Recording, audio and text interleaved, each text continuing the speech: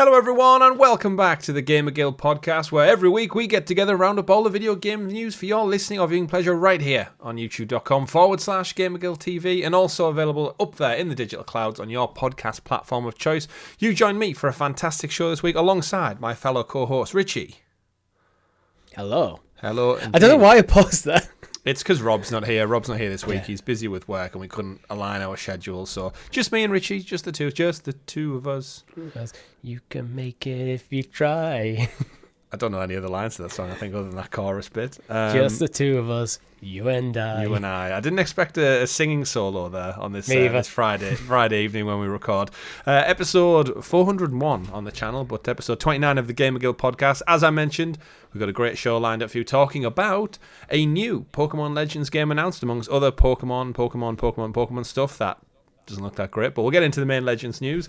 Cancelled Star Wars shooter from Respawn, Mandalorian game potentially, unfortunate industry layoffs across the gaming sphere, and some closures of actual studios potentially impacting VR, and PlayStation taking the edge against Xbox cloud streaming. All that and much, much more. But before we get into it, don't forget to like, subscribe, ring that bell so you're kept in the loop with all the other great content we do here on the channel, such as our first looks, live streams, let's plays, and many, many more things. Specifically, Richie, Spec Ops The Line. I finished it. Yes, you did. The full playthrough on PlayStation 3, the cult classic from Jaeger and 2K, 12 years old. Finished my playthrough. If you are a member of the channel, it's all there right now. You can go, you can view the whole, I think it's about just short of 6 hours maybe, the playthrough. Fantastic campaign. Very surprised with the twist at the end for those who haven't played it before. If you are a member, you can get it all now from as little as 99p. And I'd encourage you to go support me, because that video game had a lot of music in it. We got every copyright strike known to man for every single episode of the first look full playthrough. So we ain't getting a penny for the whole playthrough. So so as a caveat, if you do try to watch it, it might not be available in your region, because I think it got blocked in some regions. No, that's correct. We are working on it. We're working on it. Yeah, it's all sorted. I wonder if it's Dubai, because of the context of the story taking place in Dubai. Either way, I digress. Thoroughly enjoyed it. Definitely recommend it. And thanks to loads of folks in our Discord. Apparently it's well over £100 now, so it's scalpers beware if you're looking to pick up a physical copy. But go check that one out. Of course, every week we usually do a weekly live stream. We missed one this week due to unfortunate circumstances, but we hopefully will be back this week. We might be back by starting a new series. Let us know in the comments. Let us know in our Discord what you want us to see. We may be leaning towards Gears of War. We're not too sure yet. Of course, we're doing our Halo playthrough as well gradually. That's up there on the channel. But Number one voted game that PlayStation fans won on. Gears Xbox. of War. It was, yeah. But we can't play it on PlayStation just yet. No. And then the final piece of housekeeping news before we get into the main bulk of the show is, we said last week, anyone who dropped a comment on last week's video, that you were in with a chance to win a GamerGuild official t-shirt as part of our 400th episode celebration. And I can thankfully say the winner is picked by my wife, my lovely, beautiful wife. I am humble.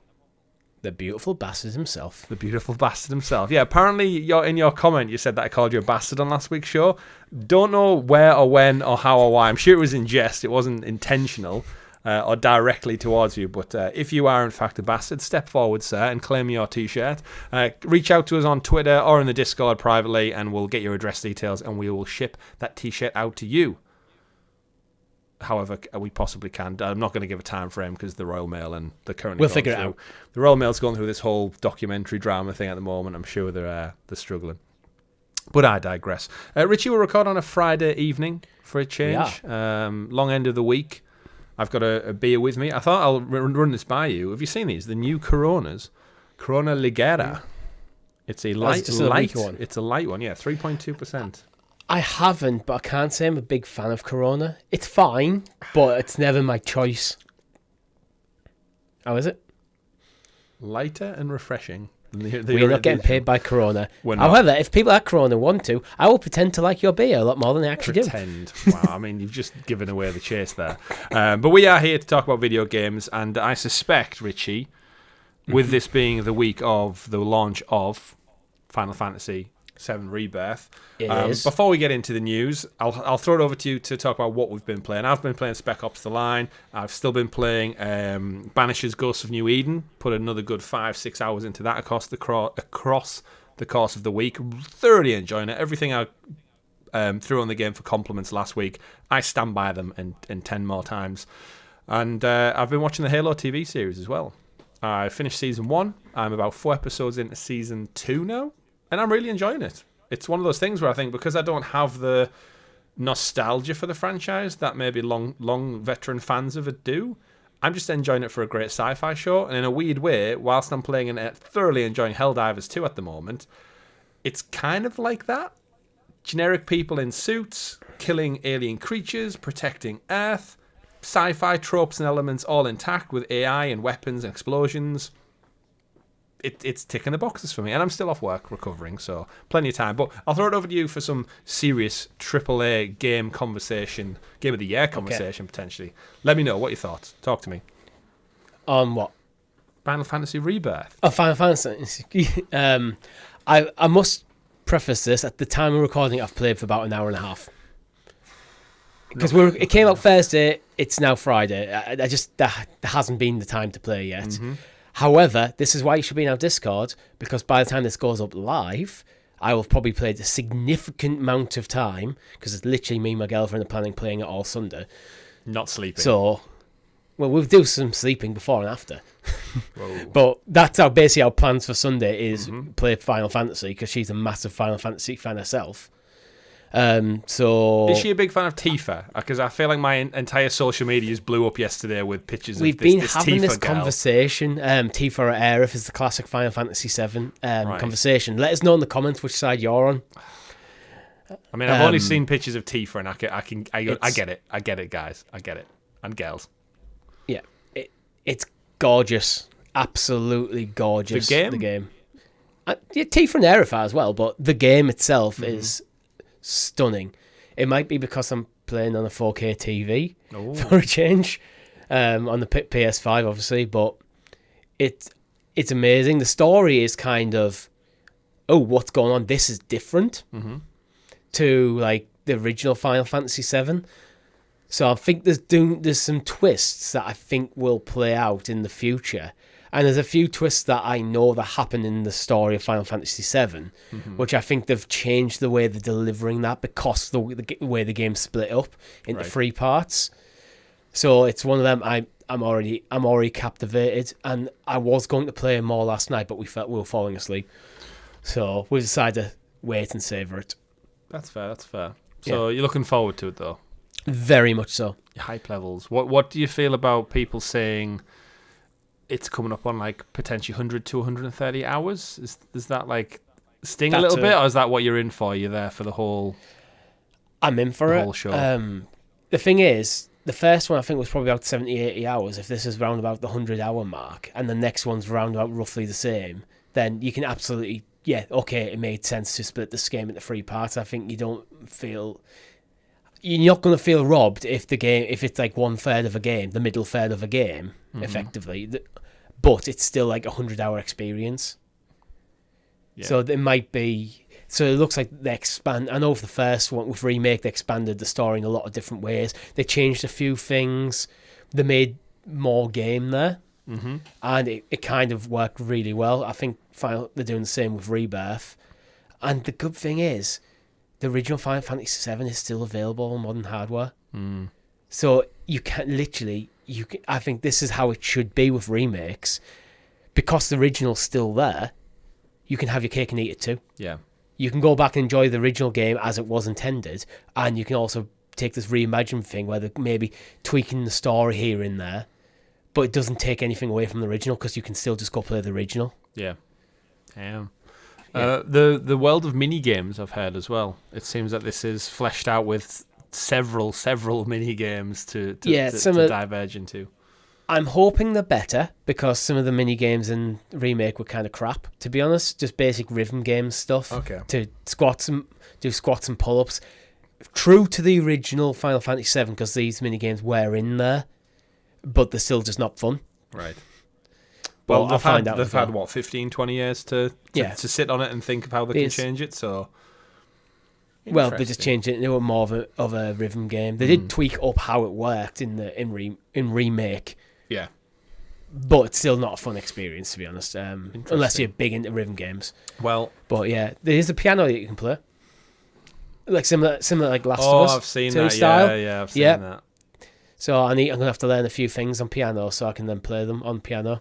There's definitely going to be people out there who use like the Last of Us guitar with Final Fantasy piano and just make like a whole symphony orchestra.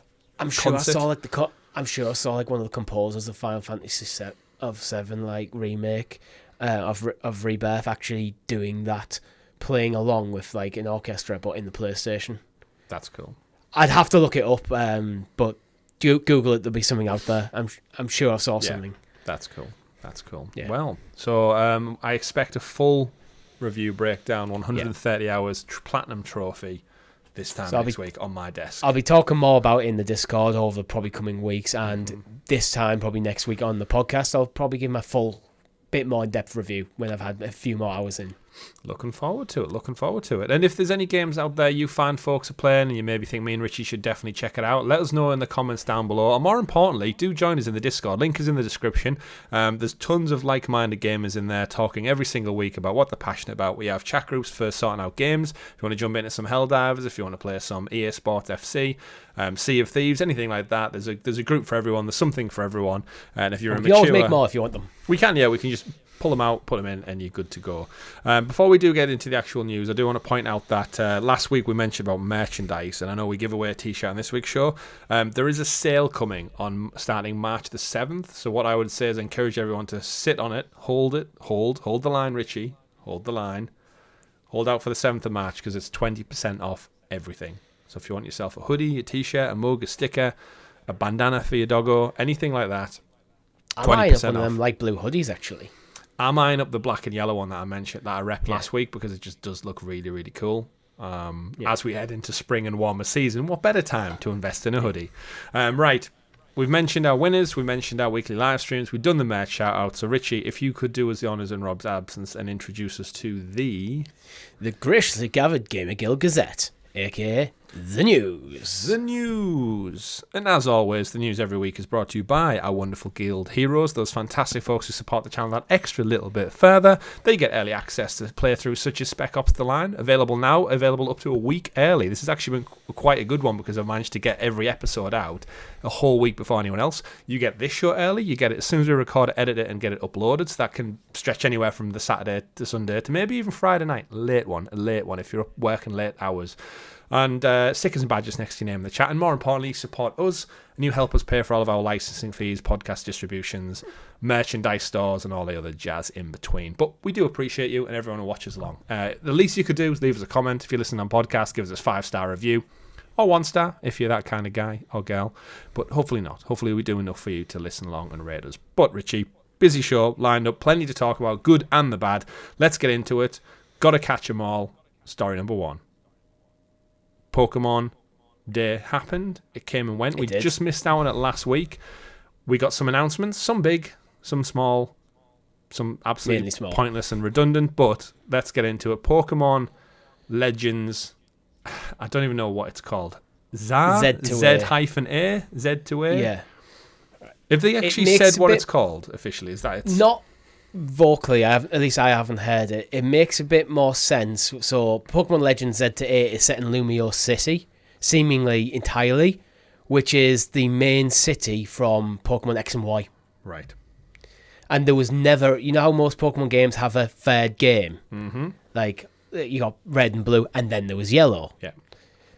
There was never a Pokemon Z. They had Pokemon X and Y, then they went on to the next generation. Sometimes they have 2 games, so like there was Pokemon Black and White, and then there's Black and White 2, but they never had that next iteration in that generation of Pokemon games. Okay, but there was clearly stuff that they were working on for it, because some of the stuff that should have been in what should have been a Pokemon Z seemed to turn up in Sun and Moon. It was kind of weird, right? So I think what they're going to do is kind of almost fix that, so it's be Pokemon Z-A or Z-A. Right, and this is where... So that's where the context of the naming comes from. Yeah, and for that deeper context then, because I assume the trailer was part of a 20-minute presentation. It was the big reveal, but it unfortunately didn't really show us much off, other than we know the city. It showed like lots of just like neon Tron graphics, and then a couple of like just digital versions of the Pokemon we know and love so well. Yeah. As you said, releasing in 2025, so the big surprise there is it's not coming this year, so we're not getting a Pokemon game in 2024. Yeah. For me, and we asked you again last week, now we know that it's a Legends spin-off, so it's kind of that separate sub-branch that they made with Arceus, so it's the second entry in that spin-off series. What are you expecting of this then? It looks like it takes place potentially in the future. I've seen a couple of people saying Arceus was in the past. This one looks more modern. Yes, Arceus, spoilers for the opening hour of the game, your character's actually a Pokemon trainer from modern times in the Pokemon world, goes back in time to when Pokemon and humans were first kind of interacting. Mm-hmm. And that's kind of the whole thing, main kind of through line for Arceus. So things like the Pokemon Ball the Pokeball had just been invented, that kind of thing. Pokemon were, where modern day Pokemon's Pokemon everywhere, it's just fine, it's just what it is. Yeah. Humans were a bit more wary over Pokemon. Don't go out in the wild, there's Pokemon out there that could be very dangerous, that kind of thing. Where now it goes, you're 10-year-old, get your hell out, get out of my house, go wander around the entire country, collect your badges. Don't get killed by all the ravenous wild animals. So that's Arceus.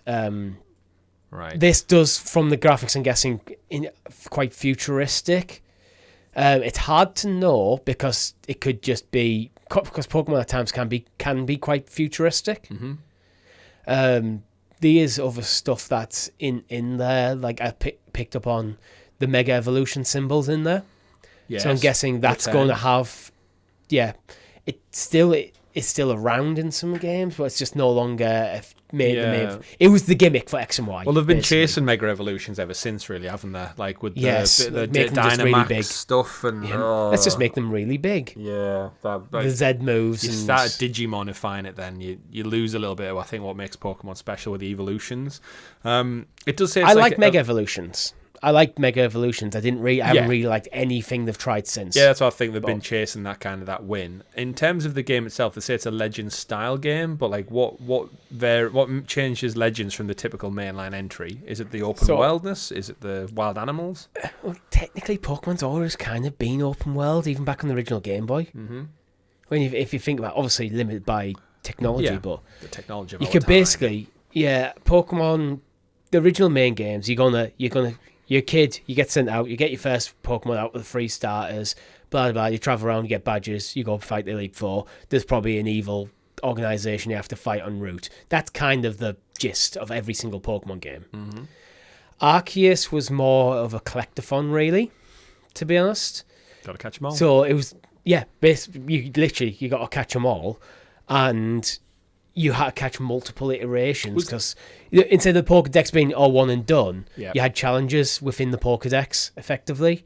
So you'd have to catch so many of different so many different of the same type, or different iterations of the same type, male and female, that kind of stuff. So I'd expect some more of that coming into works. There was a story through Arceus, so I guess there would be a story running through this as well.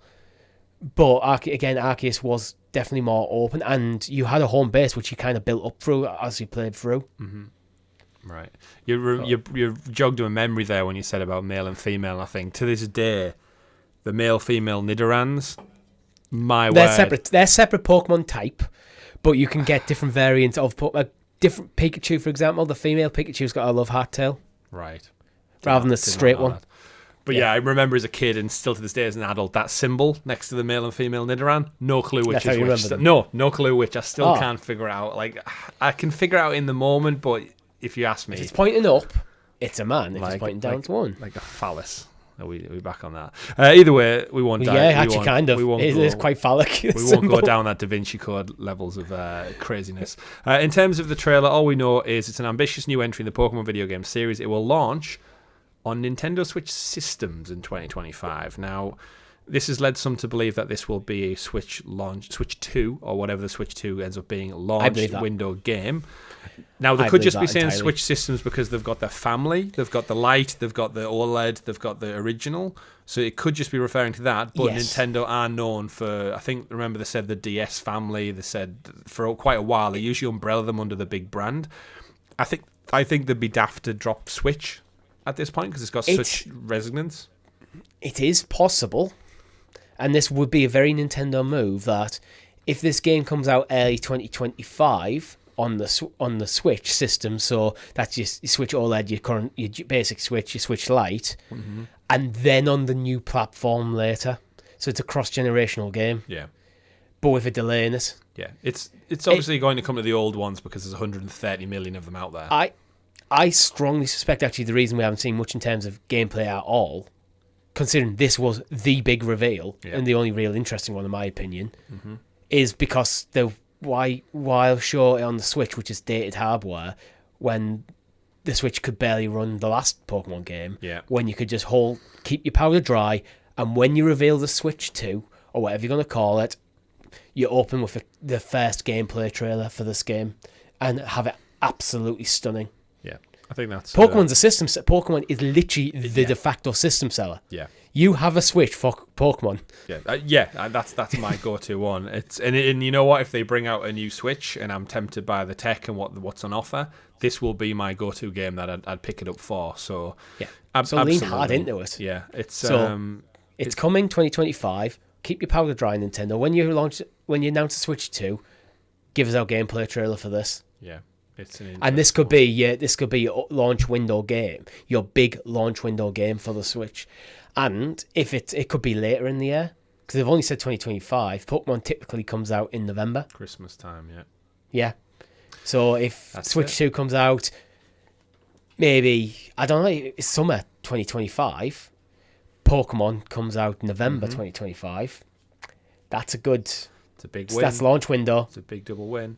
Yeah, I think I remember getting my original Pokemon Blue for the Game Boy Color. I think it was Christmas. I think my cousin got the red one, I got the blue one, and you can imagine around our grandparents, we spent just that whole day trading, fighting, replacing AA batteries, and just one of the best Christmases ever.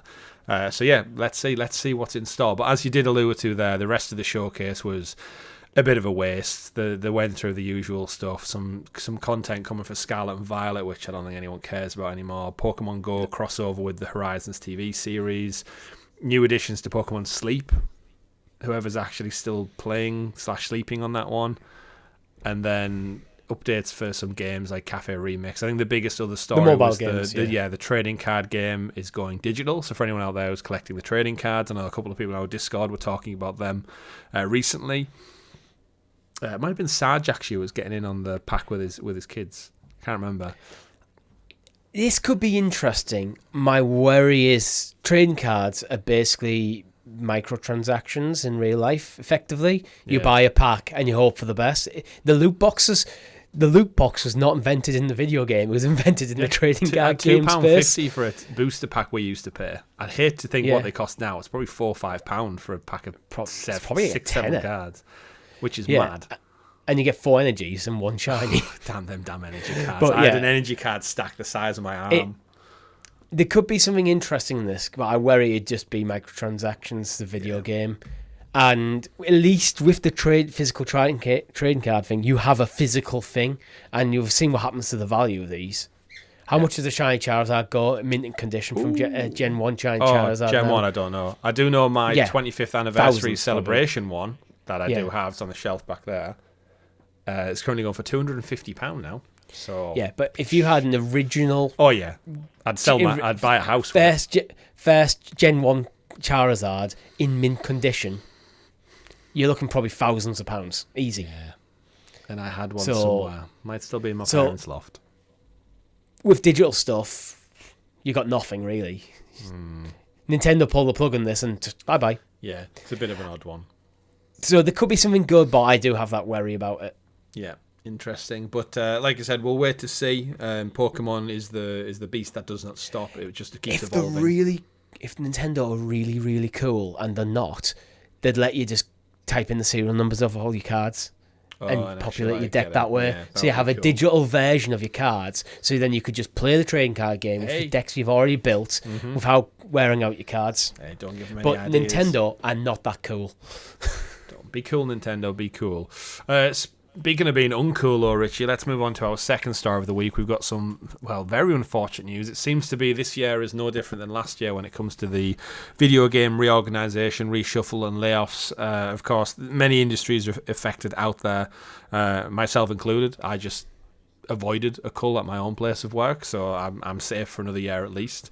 So it's all over the place. But in terms of the video game industry, layoffs. Now, we'll bundle all these stories together because it seems like within this last week we got about 4 announcements. So to keep it brief, Sony put out a press release at the beginning of the week, I want to say, that announced basically 900 layoffs, including the closures of certain studios and teams. Most notably, the Sony London studio, which is the team that made more recently the fantastic Blood and Truth game for VR. They had dabbled in a couple of other ones as well. But Sony London studio have been around for absolutely years now. I think the team who used to do the Getaway way back in the day, if you remember the Getaway game, because that's what everyone thought Blood and Truth was exactly like a VR Getaway, and the rumor was they were going to work on a full Getaway game, and then nothing's kind of happened, and now they're being closed down along with other layoffs and stuff. We've seen reductions at Guerrilla Games, so like even and Naughty Dog as well announced this week, so even studios that are like putting out AAA bangers like Horizon and The Last of Us, they're not even safe. So all across the board, that's been done. EA also put out an announcement that they're doing layoffs as well. They're going to cut their workforce, which is by about 5%, which is 670 employees. So we're already talking over 1,500 people in just two days of each other across the entire industry. Deck 9, who of course the Life is Strange team, they've announced they're going to make layoffs. Supermassive Games, who are the folks who did Until Dawn, they do the Dark Pictures anthology series.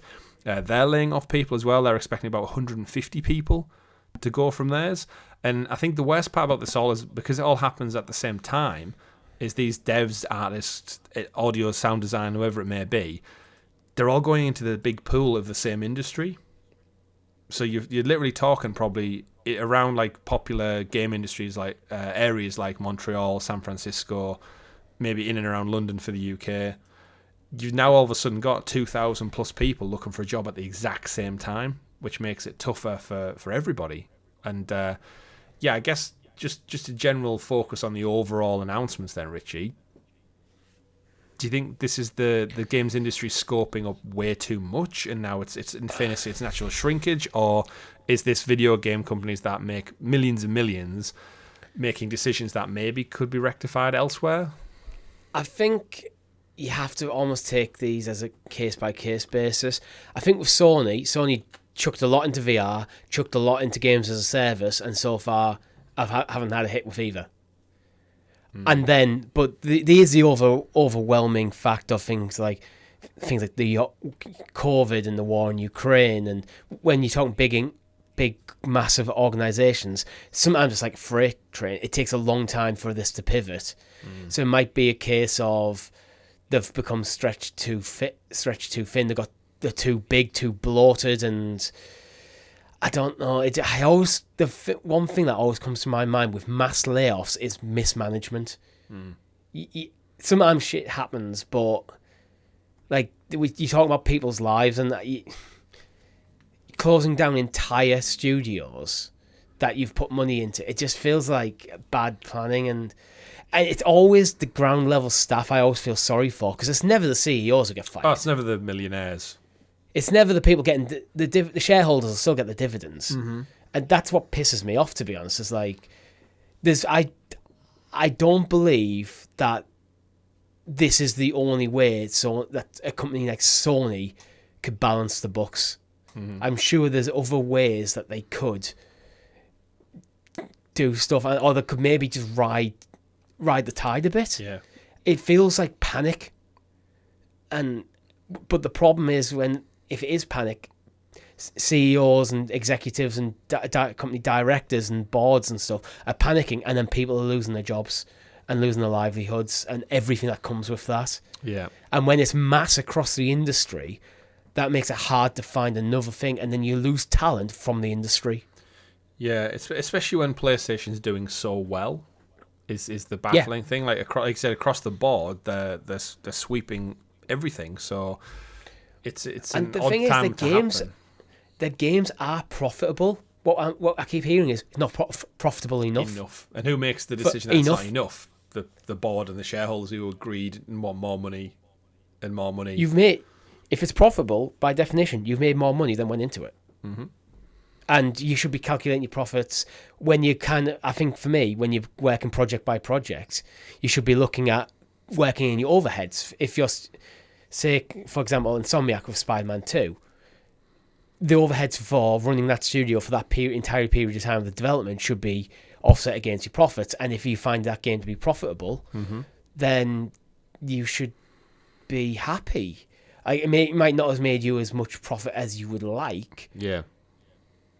I mean, Insomniac's a good example where, unfortunately, they have to pay a lot of licensing to Disney for Spider-Man and Marvel in question, and the will do for Wolverine the same. And this is... do you think... This is another interesting thing. Do you think, with especially Disney, with how well the MCU did and Star Wars seemed to be on it up for a while, do you think the value of these IP has been massively overinflated? So Disney has been raking in tons of money because of the strength of that IP, and now it's on the decline. They're still charging the same amount, and it's just... I mean, that's why you lock in the deals when your stock's high, I guess. It's an interesting one. If we pivot over slightly to the EA story... 670 employees, but CEO Andrew Wilson, probably multimillionaire Andrew Wilson, said the cuts were part of the continued effort to optimize our global real estate footprint to the best support our business. He then goes on to actually say that we're going to sunset games, streamline the business, move away from development of future licensed IP that we do not believe will be successful in our changing industry. Additionally, we're going to double down on our biggest opportunities, including our own IP, sport, and massive online communities. So he's essentially saying that they don't make enough money from franchise things, so they're going to look internally to their own IP. So I'd imagine things like Dead Space remake and 2 and 3 make a lot more money than they do for maybe something as successful as Jedi Fallen Order, because Star Wars and Disney take such a big cut. Yeah. So why waste the time, the money, and the effort to then end up having to give like a third of the pie away to someone who's all they've done is give you the logo? Look what happened with EA and FIFA. They literally refused to budge on giving them ridiculous millions and millions of pounds for the sake of a logo and a name, and it benefited them loads. I'm sure they made so much more profit on this year's EA Sports FC. FIFA might have just been a test bed for it. It might well have been. Obviously, they're working on like an Iron Man game, a Black Panther game, a Star Wars sequel to Jedi Survivor, so they're tied in for the long run for now.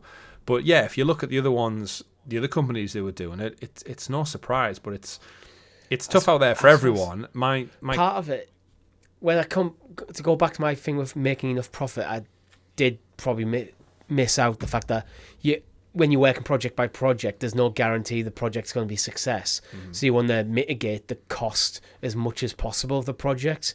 So if your previous project gives you 50%, covers like a good chunk of the development, then that's going to protect your studio a lot if the game flops. Yeah. Where if you didn't make much profit, the next game flops, you're done. But yeah, it's mind balancing, isn't it? Yeah. But it's bad overall around. You do wonder what it means in terms of the current development. Before we get into the cancellations, I think the big overarching one from the Sony story that does me is, with London studio going, they were one of the main VR studios. If you look at the main games PlayStation put out, PSVR 2 I think launched with about 40 games in its launch window. Horizon Call of the Mountain was done by Firesprite. This week they're currently all going through this toxic work culture stuff that's apparently leaked, or reports have came out this week. Horizon Call of the Mountain was their flagship one. I mentioned Blood and Truth there, but if London Studios closing down, out of that launch window, there's only 3 of them were actually true PSVR 2 exclusive games. And I know I keep bringing it up, but I think the Portal will sell more inevitably than VR2. Is them closing studios and restructuring with no seemingly new announcements, is this just the end of PSVR 2? They mentioned last week they're going to look at PC support. I think they're just trying to count the losses with R&D now and just... I think the sales of PSVR 2 have probably already plateaued, nowhere near where they were hoping it would do, because I think they've just misread the industry with VR. Yeah. Like, I think it's sometimes tech companies only paying attention to other tech companies, like when like Meta are announcing things like the Quest, and other companies like with just going really, seeing big tech companies going really hard in this, and everyone at home's like, don't care. Yeah. Just not that asked. Well, that's because you need to buy a box. I like it. It's cool, but it's cool, but it's cost prohibitive in a world where the costs keep ballooning. Yeah. Like London studios, I think it might just literally be because it's London.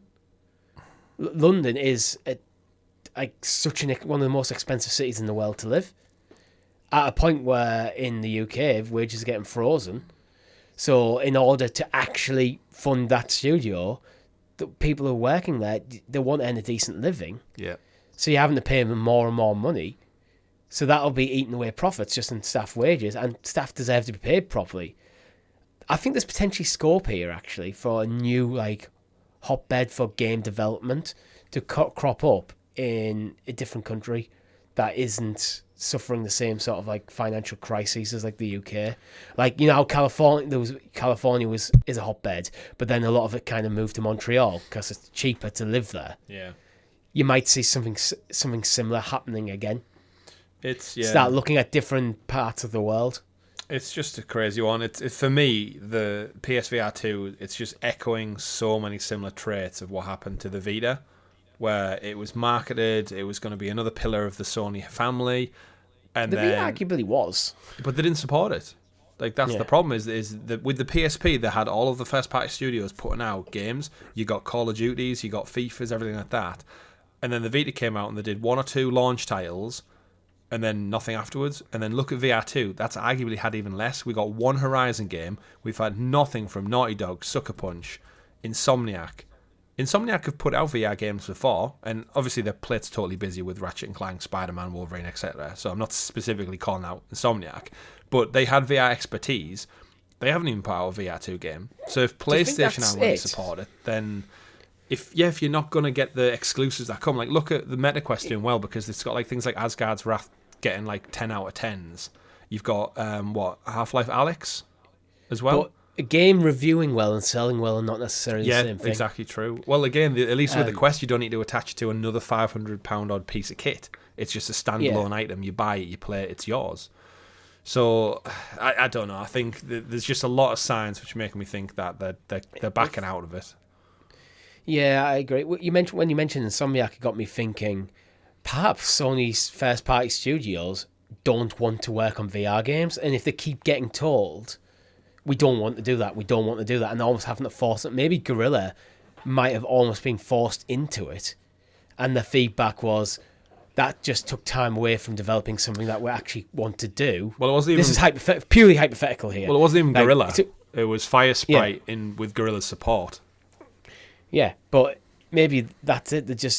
If the first parties don't want it, especially when it's narrative driven stuff, like maybe Naughty Dog are going, we will not do a Last of Us VR title because we want everything Last of Us to be canon. Mm-hmm. Obviously, the TV show's a separate canon, but any game needs to be canon, and we don't want to blow story content on that, and we want to preserve the quality of the story. Yeah. So we're not willing to outsource it. So it's either we work on it ourselves, which we don't want to do, or you guys we give it to someone else and we write the story, which we don't want to do. Yeah. Sony might be in that situation where none of the first parties are that interested. We drive work on that and that and that and that. We've all got cool projects on the go. Yeah. It's a big shame that we just live in this world where you hear all these exciting things and they just get shuttered and canned. Like Last of Us Factions is a big one, and like it pains me that like with Helldivers 2 seeing such resounding success, that PlayStation maybe if they just held off to see how well Helldivers did, to then go, you know what, maybe there is a place for Last of Us Online. With Factions, I think they at least canned it seemingly for the right reasons. They seemed to can it because they couldn't make a fun game. Yeah, but it was and if that's your reasons for kind of going, no, we've done what we can, we're not happy with it, we're not putting it out, then that's at least a good reason to do it. But this is where I don't believe it wasn't fun. I believe it wasn't long-term profitable. They wanted like a 10-year tailspin on this, whereas unfortunately it seemingly was like a year and maybe 2 and done. But people still play the original Factions. But I begrudge that they've put so much time and effort into it for it to just be canned, and then VR, all that effort and research and development to be seemingly left out in the cold. And then kind of as we wrap up on these unfortunate layoffs and news stories, as part of the EA one, we've also learned that there was a first-person Star Wars shooter from Respawn, amazing, with Apex and, of course, Titanfall pedigree, that's also been canned as part of it. So we're losing out on a Star Wars game as well, seemingly a bounty hunter-style follow-up game. So not quite the Battlefront collection that we're getting in 2 weeks' time. But just they had Medal of Honor veterans on who worked on the original Battlefront games, Force Unleashed. Medal of Honor, of course, a famed shooter franchise of yesteryear. And now that's just gone, seemingly because EA want to obviously focus on their own IP. And it's like, I just feel like some amazing games have been taken away from us. And obviously all of the people who lose their jobs, unfortunately, as well. So, yeah, I'm curious to just think, like, in the long term, all of these layoffs and changes, how many amazing games have just been dropped or left out. And amazing employees and workers and devs who've obviously lost their jobs, unfortunately, as well. Just it's a sad state of affairs, isn't it, right now? And it seems to be constant. That's right. That's what's getting me worried. It's not like one company had Embracer. There's more Embracer news this week, but it seems like Embracer went too big, didn't get anything out, and now are suffering for it. We're talking about established studios here, have long track records. EA, and they've had their ups and downs, especially with microtransactions. In like the mid-2010s, they were basically the worst, like hated by gamers. Yeah. But they seem to be turning things around since Jedi Fallen Order. Yeah, absolutely. I don't know, it just seems like we're talking about the pillars of the industry jettison their talent as they kind of shrink. Yeah. You do wonder if they can't make it work. How is anyone else supposed to be able to make it work? Yeah. And it's crazy. For the first time in the last financial year, the video games industry didn't grow, and Phil Spencer and the team pointed that out as part of the Xbox podcast the other week. But like we always say, or I've always said, is that it eclipses music, TV, and film combined. It didn't last year, and it's like, okay, interesting. I mean, talking from personal experience at the moment, compared to this time last year, my mortgage is costing me £150 a month more. Yeah, that's one bill. Mm-hmm. And that's true so these are the kind of reasons why, unfortunately, and as much as I love gaming, it is a hobby, it is a luxury. Yeah. You have to... I got rid of PlayStation Plus Premium this year and went back down to just Essential for financial reasons. Yeah. Because I wanted to save some money. And that's why I'm being a bit more choosy with what games I pick and It's why I didn't buy Helldivers. Yeah, I'm exactly the same with it. There's so many more conscious decisions that I've had to make, and I'm sure all of our audience out there is exactly the same boat. And the problem is, it makes you more risk adverse. So in the past, a few years ago, I would just bought Helldivers, and if I didn't like it, it's only 30 quid. Mm-hmm. Now it's like, actually, I want to keep that 30 quid. Yeah, you need it sat there. Yeah, you need it for Final Fantasy. But all that stories aside, then let's pivot away to something that's kind of came out of this, which is a bit of an odd one. I wanted to shine a light on it. Activision, or formerly Activision Studio, Toys for Bob, obviously recently acquired technically by Microsoft as part of the Activision Blizzard King acquisition, have announced their independence, which seems odd saying that, but yeah, this is the team that was famed for like the Skylanders series. They did amazing work on the Spyro Reignited trilogy. They then did the Crash Bandicoot 4, It's About Time, amazing follow-up to the Insane trilogy. Beloved studio, and then for the last year or two, they've been basically a Call of Duty support studio, because Activision did what Activision usually do, and they just pulled every creative studio off every creative work and said, no, we need to feed the Call of Duty machine. And they've announced that they're going independent, so they're pulling away from being a support studio, and they've said that they're going to be pioneering new IP, hardware technologies, with the same enthusiasm and passion as we've shown over the years with things like Spyro and such. And we're going to look at exciting potential partnerships with Microsoft, and it's, great, but odd at the same time. Tell me how this happens, because surely they're owned by Microsoft, Richie. Yeah, but we've just been talking about mass layoffs. Mm-hmm. Perhaps the managers at Toys for Bob went to Microsoft, went to Phil Spencer and went, look, mass layoffs are happening. We've had a talk internally. Let us go. Let's go independent. Mm-hmm. Obviously, Microsoft will keep the IP, things like Crash, which they're not leaving with Spyro and Crash. Let us just take our studio, split from yous, split from Activision. No harm done, no bad blood here, let us maintain our studio as is with the people working here. We'll go independent. We're happy to work with you going forward. Yeah. It might just be a case of, but rather than Microsoft going to whoever manages Toys for Bob and go, you need to cut 50% of your staff. Well, actually, they might have made the decision just to preserve it all. Yeah, well, for a bit more context, as part of the Microsoft layoffs that happened earlier last month, when 1,900 people were being laid off, Toys for Bob was impacted by that, and they were going to confirm 86 employees were going to lose their jobs or have lost their jobs. This might protect them. So this might be a case of, if you're going to get rid of a chunk of our workforce, how leadership go like, well, if we want to retain most of them and go independent, like I'd imagine a lot of them 86 people are probably offered another job again, maybe, potentially. I don't know. You're laying people off. That's because you can't just I don't know how it works in other countries, but in the UK, if you make someone redundant, you're not making the person redundant, you're making the position redundant. So you can't just hire someone into the same job, and you can't technically legally just change the job title and rehire someone. You're not really meant to be able to do that. People do, but you're not meant to be able to. Yeah. But I don't know. But it is me just speculating, but I've got a feeling maybe the guys at Toys for Bob just went, look, we're going to lose 86 people, or maybe we can work out a deal where we all get to go. We keep our 86 people. We can now rehire them as an independent studio. That is our decision to make, and then we can just figure out what we're doing. They've probably got pictures, ideas for games that I imagine Activision Blizzard weren't interested in because they were too small scale. So this could be the start of a new, like, a regeneration of that studio, and they could go on to do some really cool things.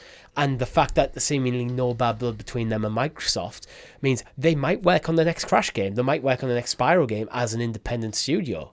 As a third party. Absolutely. Part of that same report, it said the physical office was actually going to be shut down. So this is a studio that was founded back in 1989. They were going to close the office, all transition to working from home. So I guess there's no overheads to Microsoft in terms of like building, rent, a lease. That's all gone. So if it's purely just employees who are working from home and then they switch over to being independent, it's arguably probably the most cost-effective transition to an independent company you could do. You could see how it could happen. Like, they just sat there going, actually, we'll go. We'll all go. All of us will go. No bad blood. We'll work with you in the future. We preserve. We actually get to go back to doing what got us to the point where Activision bought us in the first place. Yeah. It's an interesting one. This is the team, we should point out as well, who while they were doing Call of Duty Support Studio as well, they did actually work on Crash Team Rumble, which as part of this announcement, no surprise, support for Crash Team Rumble is going to end on the 4th of March, less than 9 months after its launch. So no doubt when there's no staff to actually maintain the game, it goes. Yeah, it makes sense, but I don't think it's a big loss, unfortunately. I mean, it's one of those things. Like I'm one of the biggest Crash Bandicoot fans. I mean, definitely that Richie. But in terms of the franchise, I absolutely love it. I actually bought my daughter this week a Crash Bandicoot plushie toy to go alongside a Pikachu one that she's already got. And Crash Team Rumble for me did absolutely nothing. I feel like they just missed the boat on that completely with it, and it was like season passes and this and that. Yeah, like how can you monetize this franchise? Games as a service. Yeah, and I don't want to say I'm glad it's gone, but it's kind of almost like I told you so. Like you could have asked any Crash Bash. Yeah, they should have just done Crash Bash, and it would have made more fans, old fans, new fans alike. And yeah, whatever Crash Team Rumble is, it's obviously for those who are enjoying it. Obviously, sad to see it go, but if Toys for Bob are going independent, they've got no license to necessarily probably keep them working on it beyond their contract. So, yeah, I wish them well. I hope this is good news going forward. It's a risk because you no longer have the backing of a massive publisher. Previously Activision, now Microsoft, but I really do hope it goes well and the team start working on some cool stuff because it's a good name for a studio. Toys for Bob. For audio listeners, Chris has shown up his Crash. Whoa. Mick, can he spin? Yeah, really badly. He's a plastic figurine, not a push button. It's a shame there isn't a button, he just spins. Yeah, it could do. Like a money dispenser. Yeah. I've got Uka Uka as well. Huluka. What does he say? What's the word that he says? I don't know. Everyone has a different version. Let me know in the comments below what this little Uka Uka mask actually says in Crash Bandicoot. But we digress, Richie. So, good news, bad news, interesting news? Who knows? But the games industry, like I said, the game industry is so all over the place. You mentioned it earlier on with Embracer. So I do want to get into the Embracer stories as well. Embracer are set to sell the Saber development team. So this is Saber Interactive, who works under the umbrella of Saber Group.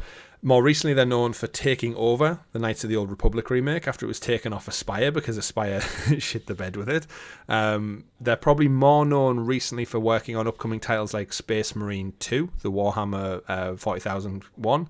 They've also got Jurassic Park Survival coming out. So they've got a couple of irons in the fire with this one. Saber Interactive, of course, probably the better, I would say, of the Embracer groups in terms of actually production, and what they put out is of a certain quality, I would say. World War Z is them as well. So I'd say of all the catalogue games that they've got under Embracer, these are one of the more productive teams, with stuff both old and current that are due to come out. So I feel like they've got a good pipeline. They're due to be sold for a deal up to worth about 500 million, according to a report from Bloomberg, which is actually less than Embracer paid for them. Embracer paid 525 million back in 2020, so they only bought them a few years back. So it'll be a potential loss overall, you would see. If you're at Saber, is this kind of like a Toys for Bob, like get out of jail for free card? Like, yeah, sell us, let us go independent or private, whatever this deal ends up looking like, and we'll just keep putting out our games. We'll put out Space Marine, we'll put out whatever else I just said, the Jurassic Park Survival game, because that looks cool as hell, and just, go our separate ways. Like I said, Embracer needs to downsize, they need to cut overheads, they're making loads of layoffs already. Just let them go. I think it depends on who buys them, or if anyone buys them, because it'd be very, very difficult for any of the big players at the moment to justify this purchase. Because while you said these are seeming one of the better standouts of the Embracer group, that's not saying much as for the industry overall, to be perfectly honest. And that's a lot of money. 500 million is a lot of money. Yeah, absolutely. When you're laying off people for example, Sony can't really justify this when they're laying off people from studios like Insomniac and Guerrilla and Naughty Dog. Yeah. Imagine being told you're letting go from Naughty Dog, and then Sony drop 500 million on Saber. I mean, it says that it's a private investors group, so they've got 3,500 staff, so a lot of overheads there as well. See, that could be worse, because if it's just people investing in the gaming industry because they see it as a lucrative way of making money, they're not going to be product focused. Well, at least one thing you could say about Embracer is they seem to try. They seem to be interested in making games, not necessarily making money. Yeah, you need to be both in this industry, I believe. It'll be a shell company for 10 cents or something like that.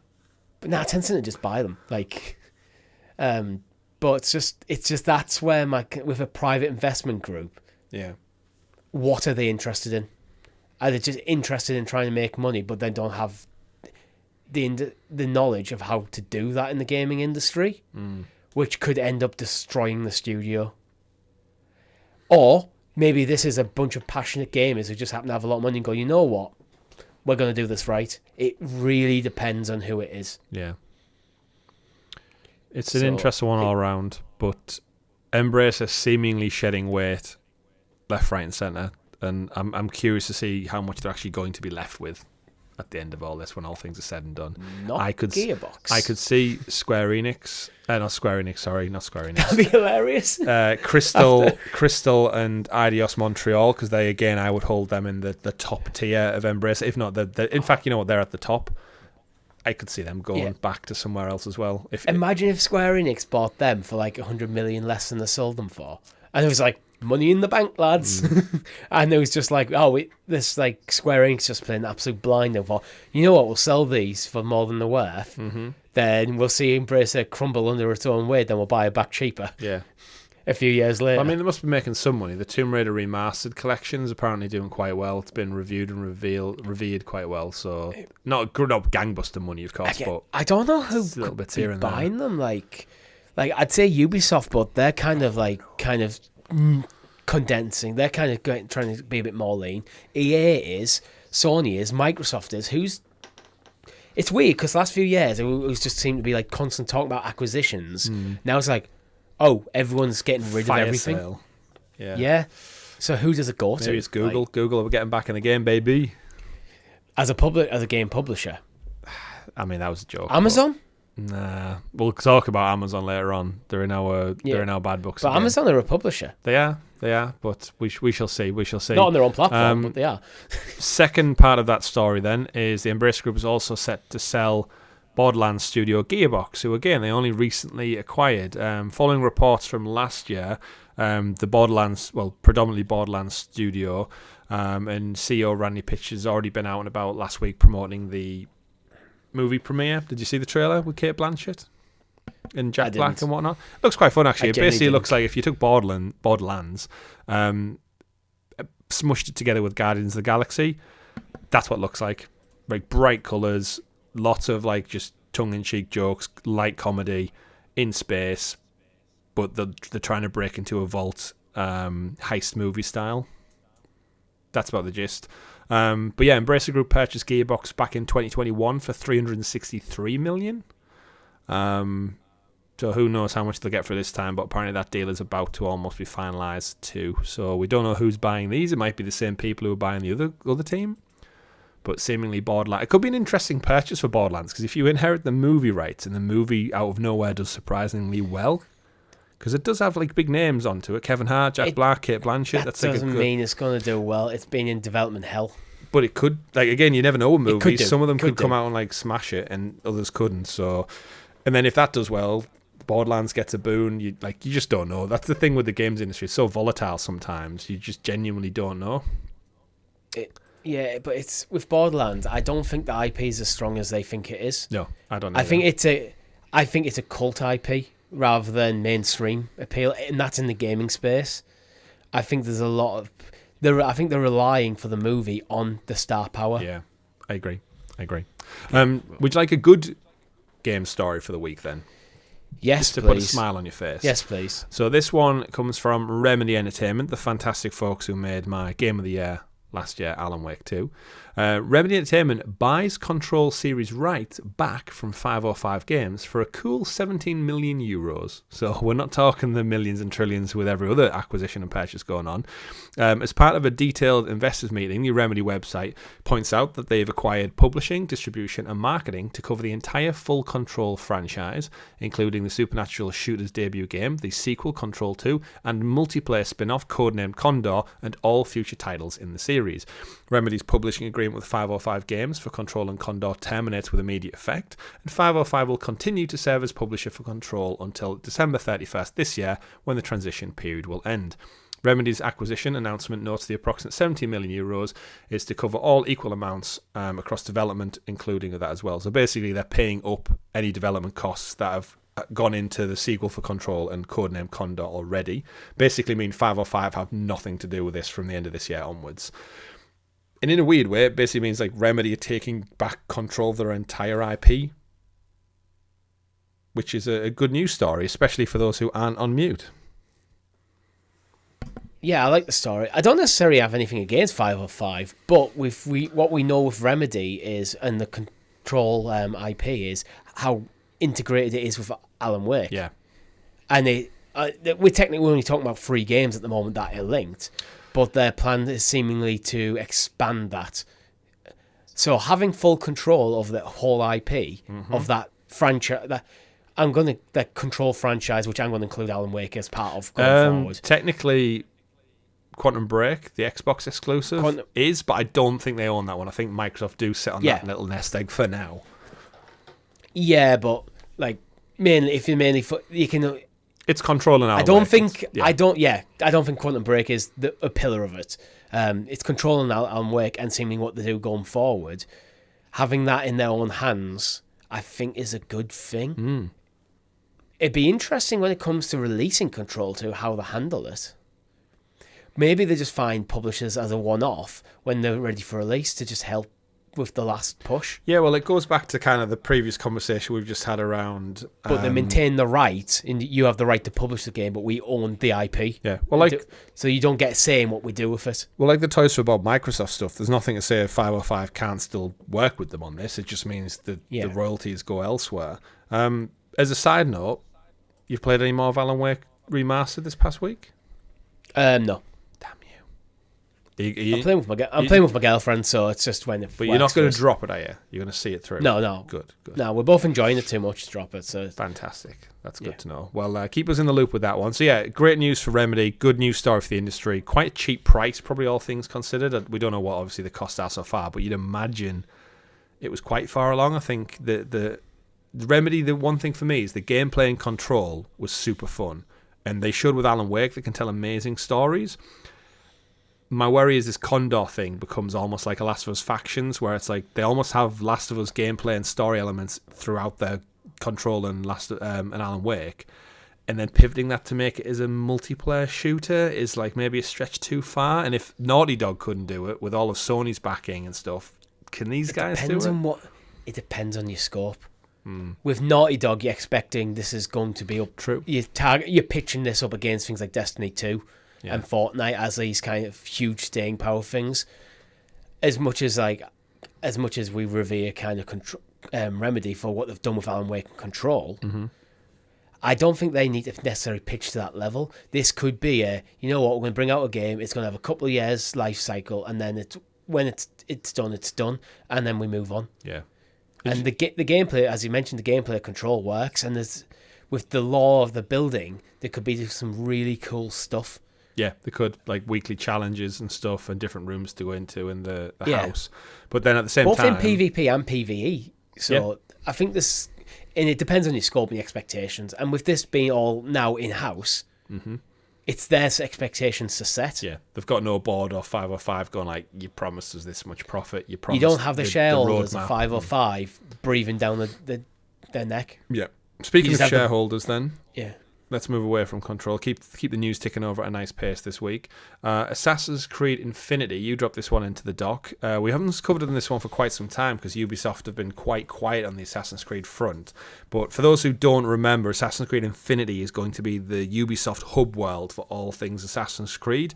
So if you want to play the upcoming Red title, Hex, or potentially even older titles, the concept would be is you would launch into AC Infinity. You would have your avatar character in the Animus world, and if you want to go into Assassin's Creed Red or whatever, you just head in, I guess, a portal, or you boot up the Animus, and you are playing that game through the hub. And if you wanted to play Hex, I guess you just buy it in store via the game. We don't really know, but basically reading from an Insider Gaming article, demo footage was provided to Insider Gaming under the condition that footage wouldn't go public. So expect that to leak in the next couple of days, showing users going from the Infinity Hub within just a few seconds, picking up where they left off, but rather than having to boot the game up individually, it just booted up from the hub. The main focus of Infinity is a live service offering, which is where my interest starts to get a little bit too concerned. It'll include purchase daily and weekly in-game cosmetics for Assassin's Creed Red's two protagonists, in addition to the exchange, which I guess is their name for their item shop. Infinity also has synchronization features, which allows players to access projects for each protagonist. And then the kind of goes on to talk about DLC and basically trying to sustain players' interest during a lack of any new content. And this is where, for me, as a huge Assassin's Creed fan, I maybe start to worry that I don't like the last Ubisoft are losing a bit its scope of what Assassin's Creed is. It's predominantly single-player, narrative-driven exploration adventures through history, and now we're expecting the whole concept of the future element of Assassin's Creed and the Animus. They just can't let it go. They can't let it go and just make games about amazing historical locations. They've never done it well. They've been trying for 20-odd years, 15 years. The problem is they never go... I am playing Assassin's Creed 2 actually at the moment. Great, right? It's great, but even with the Desmond stuff, it feels like they were building Desmond's story, and then you didn't become like the master assassin as Desmond, taking down Abstergo as you would when you're playing Ezio. So they never fully realised that avenue of the game, because with the bleeding effect, you always think, oh cool, like Desmond's gone back in time playing through Ezio's story, and that's going to link in nicely to the story that he's going to tell of the free game run. And it just doesn't really. It does with the Apples of the Eden stuff, but in terms of Desmond playing as Desmond as a master assassin, you do not have a mission where you break into Abstergo and assassinate anyone. Yeah. And that's where I think it's always felt disjointed because they never really fleshed it out. And then they kind of half abandoned it. They made Watch Dogs instead for some reason. I mean, you know what? I haven't seen it yet. It could be great if you get like a discount or a budget, or there's some great crossover stuff. Who knows? But essentially, you're looking at a hub now that's looking at being planned for 2025. So it's going to have Red launching later this year, supposedly. Invictus, which is the multiplayer offering. Hex, which is like the horror offering that they said maybe coming in 2026. And then depending on how far back they go, I do think it would be cool if they had like the hub. You could go into Origins, you could go into Odyssey, you could go into Valhalla, and it would all link in somehow. The rumour is, of course, we've got Obsidian, which is a Black Flag remake. There's apparently one called Nebula, which is based in India and the Aztec Empire. There's Raid, which is a free-to-play 4-player co-op. And then there's another multiplayer title called Echoes. And then also, Richie, there's also a rumour of an Assassin's Creed remake of the original off the back of the success of Mirage. Success of Mirage? Mirage did well. It was reviewed quite well, and it sold adequately for a smaller entry in the series. But yeah, remember when Assassin's Creed did too much about a decade ago, and they had to restructure and take a breath, and they came back with Origins? Yeah, I feel like we're reaching that saturation point again. I fear. And there's something you mentioned in your intro as a segment, where it's like it was about keeping players' interest when there's no new content. I hate that mentality. Let players go, let them play something different, bring out new content, but make the content be the reason they come back. Instead of trying to get people trapped in this bloody ecosystem, let them out of it and make the content that they want to play. Let them fight. Literally just make good games and people will play them. Yeah, absolutely. Look at last year, Baldur's Gate, look how well that sold. Mm-hmm. And that was Larry and Yano that had a fairly good reputation in the PC space for things like Divinity, but they were not a massive developer at Game of the Year on the quality of the product. Yeah. Quality over quantity. Quality over quantity. Although I am absolutely hyped for Assassin's Creed Red, I will say. In the absence of Ghost of Tsushima 2. I am interested. It has my interest. I'm playing through Assassin's Creed 2. I do remember why I get frustrated with Ubisoft, because I actually do like the franchise. It's a good franchise. They just keep doing shitty things with it. Well, I'm sure we'll see more of the Ubisoft forward at some point this summer. My guess is they've got to go big this summer, because, again, I feel like we know quite a lot about what's coming, but we have no real meat on the bones of what it actually is or what it looks like. Show me Red. Show me how gorgeous feudal Japan looks in that Assassin's Creed engine.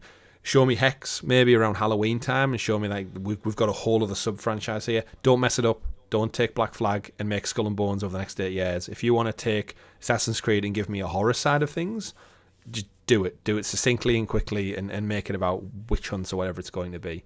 But other than that, speaking of ecosystems, Richie, we also found out this week about this month's PlayStation Plus games. So similar to last week when we reported on the Game Pass titles, we also cover your PlayStation Plus monthly games to claim for March.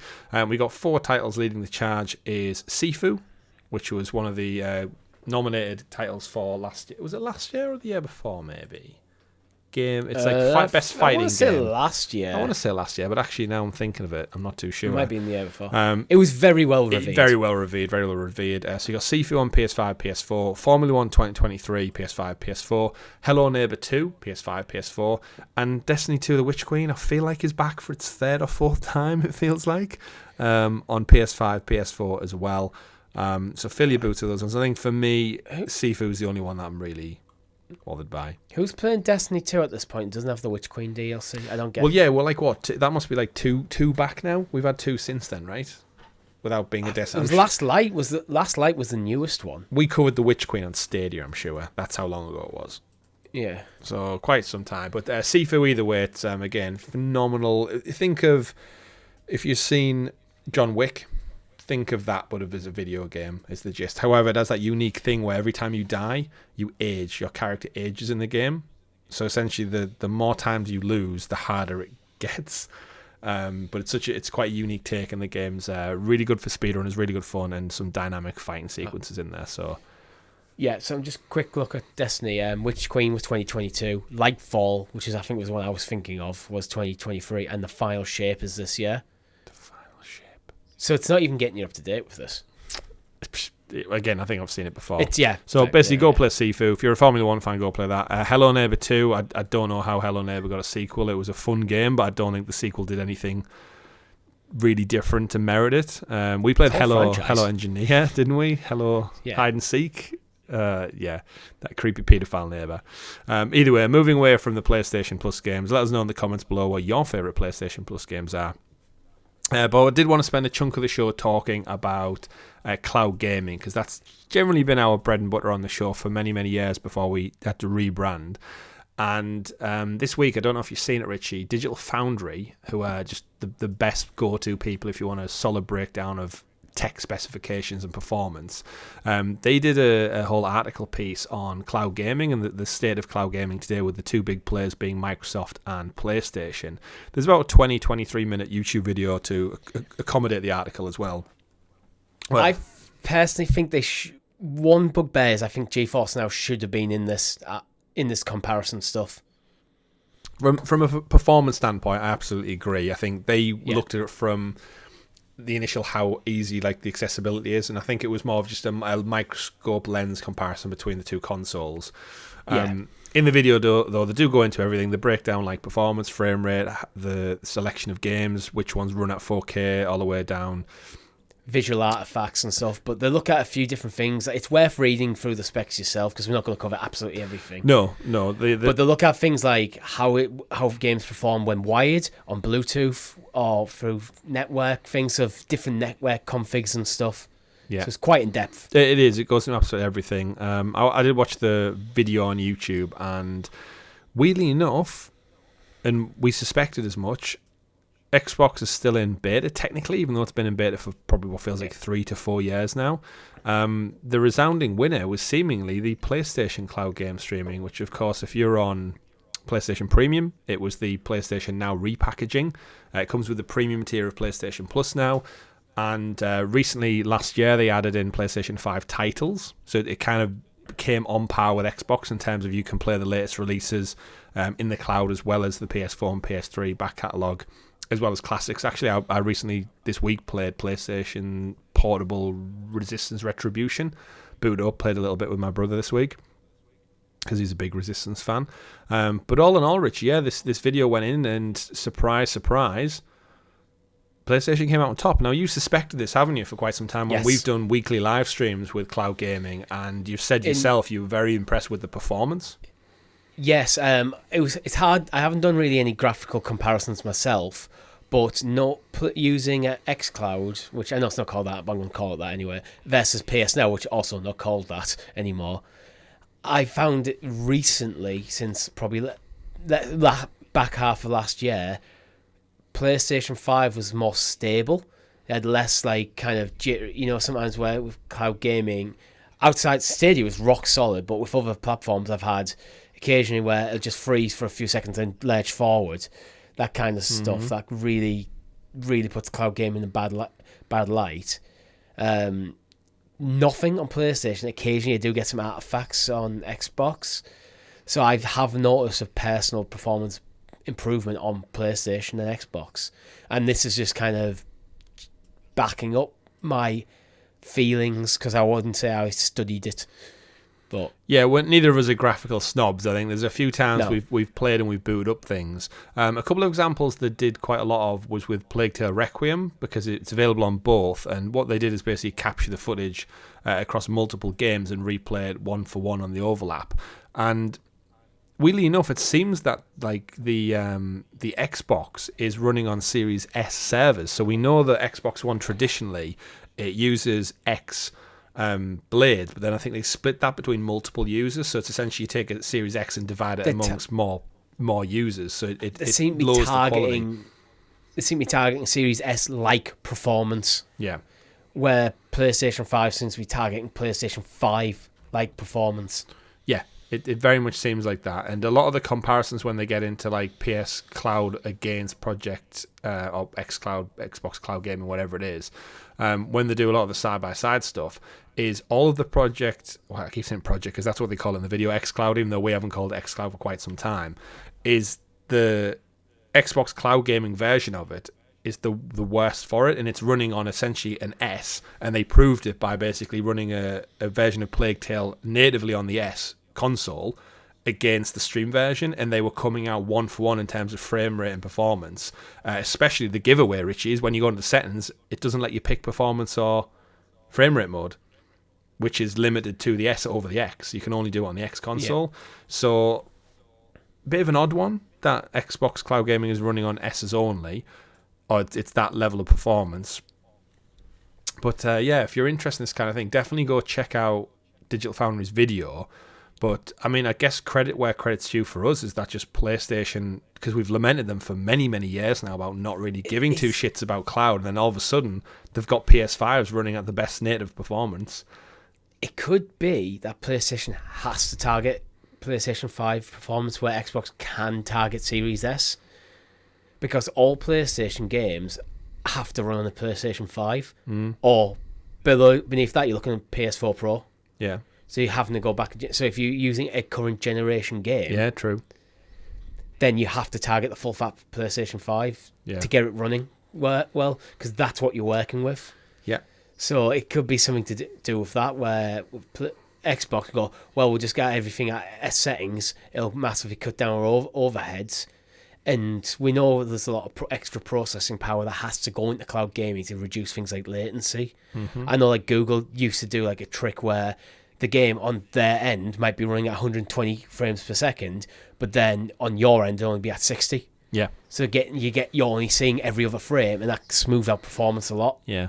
Clever little bit of tweaks here and there. Yeah. All they need to do now, Richie, is improve the PC storefront, or the app. The PC companion app is shockingly bad. Let me use it on my phone with a third-party controller, and let me use it on the PlayStation Portal. Yeah, my Portal would just become infinitely better if that was the case. But yeah, interesting news. Let us know if you've checked out the two of them. Again, I've always been more than happy with the performance of Xbox Cloud Gaming. More than happy with Google Stadia, and seemingly now PlayStation. I've got more than enough reason to jump in via cloud, and I think a couple of our streams we've done over the last couple of months, I've used cloud instead, because it's almost like, use cloud, yeah. Well, why bother? So, interesting stuff. Right, pivoting over to some quick game stories as we round out today's show. Lego, we were actually going to do a live stream of this week, but Fortnite have added 2 new game modes into the world of Fortnite once again. So we've covered it on the channel. Fortnite's essentially a platform unto itself now. They've added Lego Raft Survival and Lego Obby Fun, or Obby Fun. I'm guessing it's maybe a play on the word hobby. Either way, the first of these multiplayer games. But wouldn't you have the apostrophe if you? Yeah, you would. I don't know what Obby means. It might be a code for something or whatever. But essentially, the fest is a mini-game themed around Lego's popular pirate theme. You have to stay afloat on a raft, repair it on the fly whilst it's under attack from cannon fire. So it's like a little creative game. The latter one is an obstacle course mini-game similar to those found within the Fortnite's user-made creative mode. Obstacle. Hobby. Parkour. Along the lines of basically parkour levels, popular only up maps. Don't know what that means. So essentially, yeah, some more little mini games coming into Lego Fortnite. It's pretty much a platform unto itself, Richie. And I think with this Disney partnership, Fortnite is just here to stay. Yeah, absolutely. I don't think Fortnite was any risk of going anywhere. No. These seem like smaller, tiny little experiences, but there could be a bit of a laugh in there. Yeah, like I said, we were going to do it this week, but let us know if you want us to check that one out in the future. Couple of little fun side stories. Star Wars Battlefront 2, we covered it on last week's show. You dropped this one into the show. Battlefront Collection, sorry. What did I say, 3? Battlefront 3? The Battlefront pack is actually up on the pre-order chart, and it's keeping pace with Final Fantasy Rebirth. So there's some big love, nostalgia for Star Wars Battlefront 1 and 2 OG. No surprise out there. But yeah, looking at the UK pre-order chart, it's up there in second place before the Final Fantasy Rebirth Deluxe Edition. It is a quarter of the price. And it does have a bit of nostalgia. And Final Fantasy VII's out now, so it doesn't count. That's true, yeah, it's all changed. But yeah, I thought I wanted to drop that one in there to just be like, oh, people are clambering for Star Wars Battlefront. EA, you've said you're looking to ditch IP. And it's a platform exclusive rebirth. Yeah, true. But yeah, interesting stuff. Sorry, it's just, yeah. And then they're doing well. They're doing very well. It's good news. Yeah. And then the final one, jumping back over to cloud gaming for the week. We got Amazon Luna's Prime games for the month of March, so similar to our PlayStation Plus games. If you're looking to play them, I'm going to just read them out and then we'll get into them. Fortnite, still. Drift CE, I want to say. Get ready to unleash your inner Drift King with Drift CE, the ultimate drift racing game. Fortnite Festival, you'll see a trend here. Lego Fortnite. Rescue Party Live. In this cooperative game, players must work as a team within scope to save as many lives as possible while facing catastrophic events, earthquakes, fires, floods, avalanches, biological hazards. Rocket Racing within Fortnite, although they neglect to put Fortnite in this blurb for description, almost like they're trying to hide the fact that most of these list of games is Fortnite.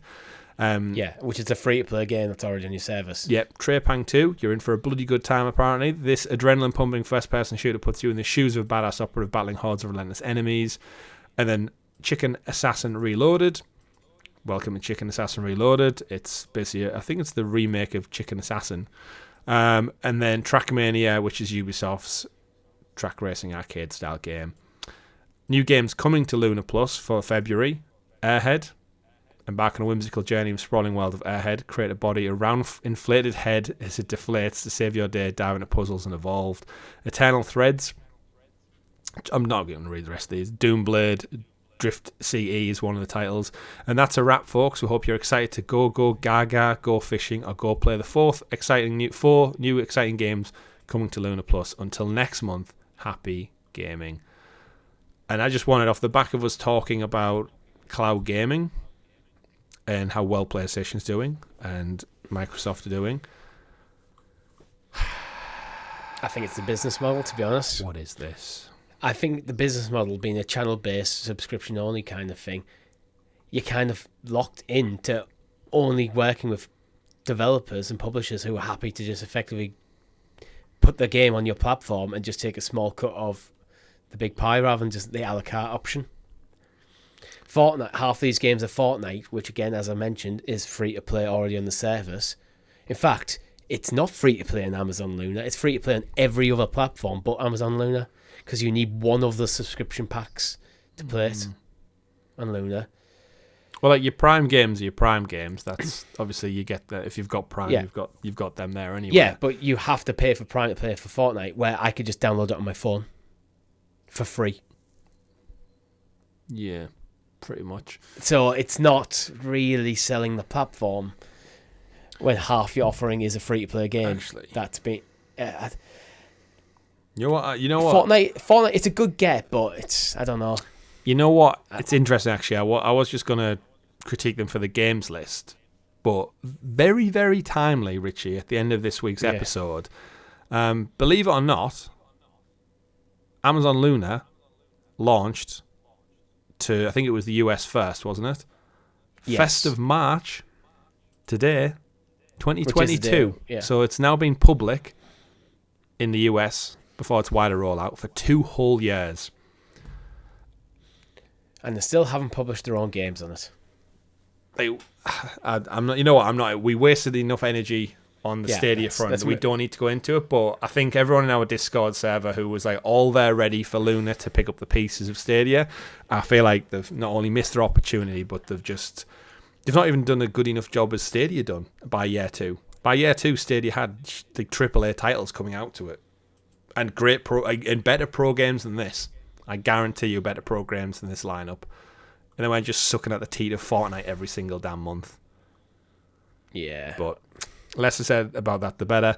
Final story of the week is a good one. Last of Us Season 2 has cast its lineup for Mel, Owen, Manny, and Nora for those who played the game. Daniel Ramirez from Top Gun Maverick, Falcon Winter Soldier, you might recognise him.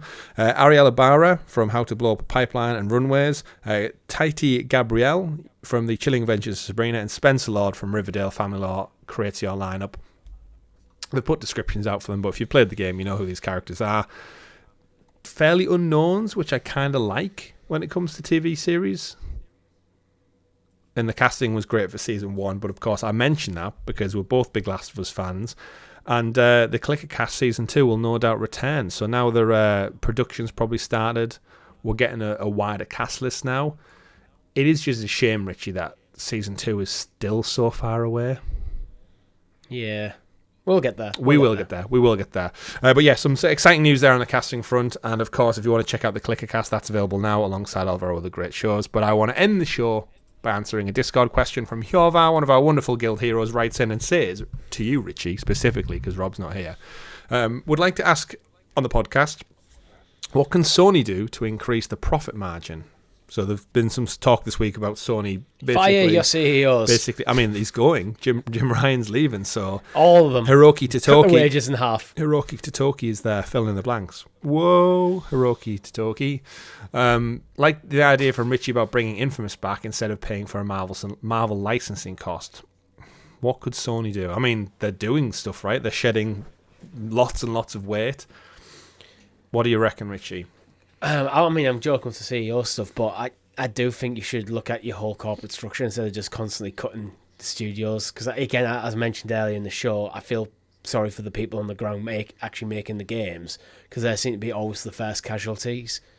And it's also the support staff that work in the studios as well. It's not just when you're closing down, like, the office, you're paying for cleaners and people like that, and so they lose their jobs as well.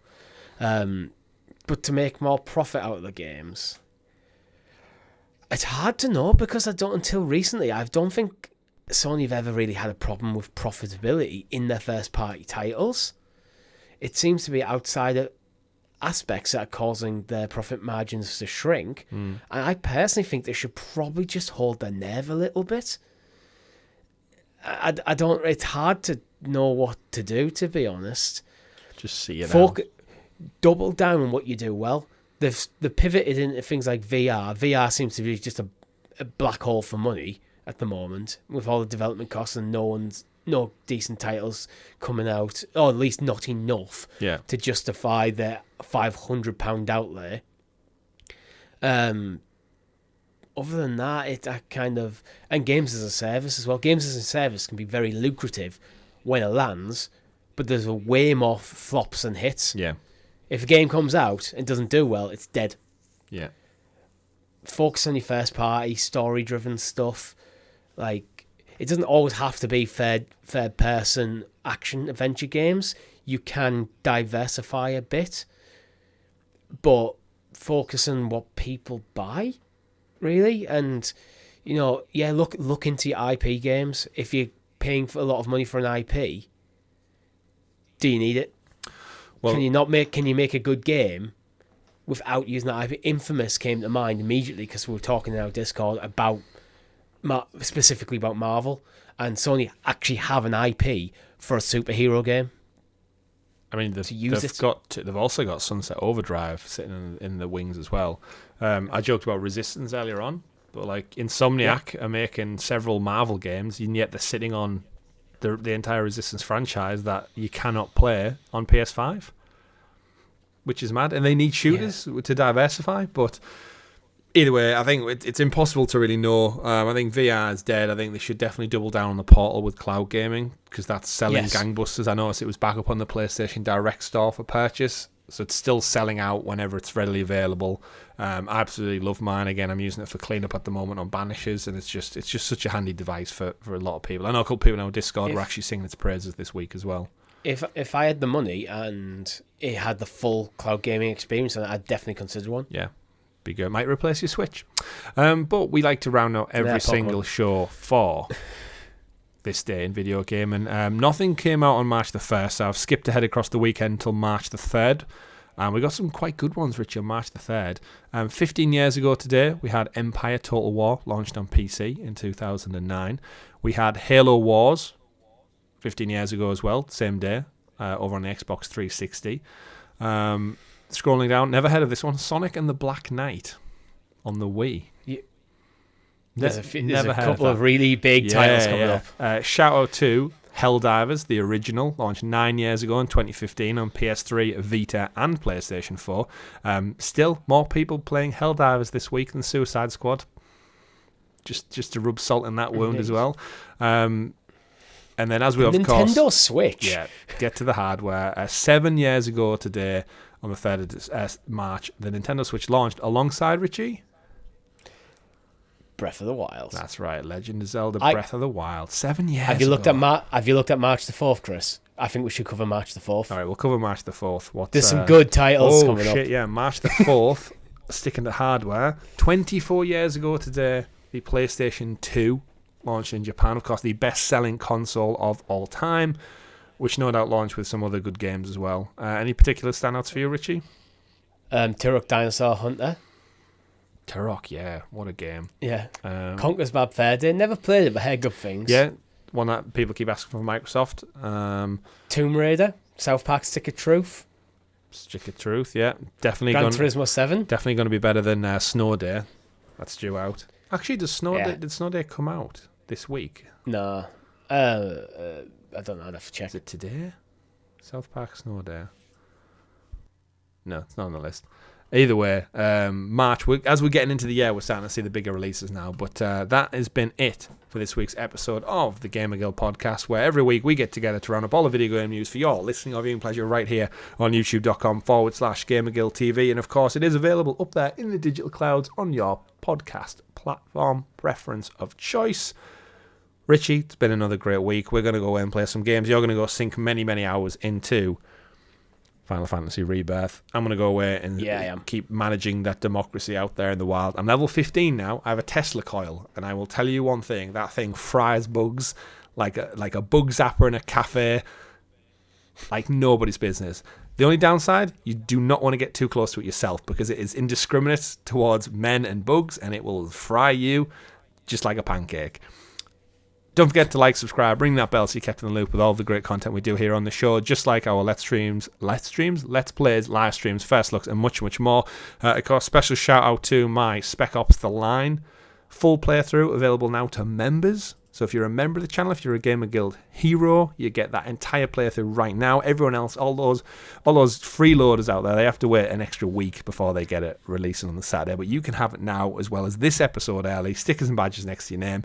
And remember, 20% off merchandise starts on the 7th of March. And you too can be a beautiful bastard. Just like I am humble. The winner of last week's t-shirt giveaway. We'll see you on this week's live stream. My name's been Chris. And I've been Richie. And remember, folks, play it wherever makes you the happiest. See you next week. Goodbye. Bye.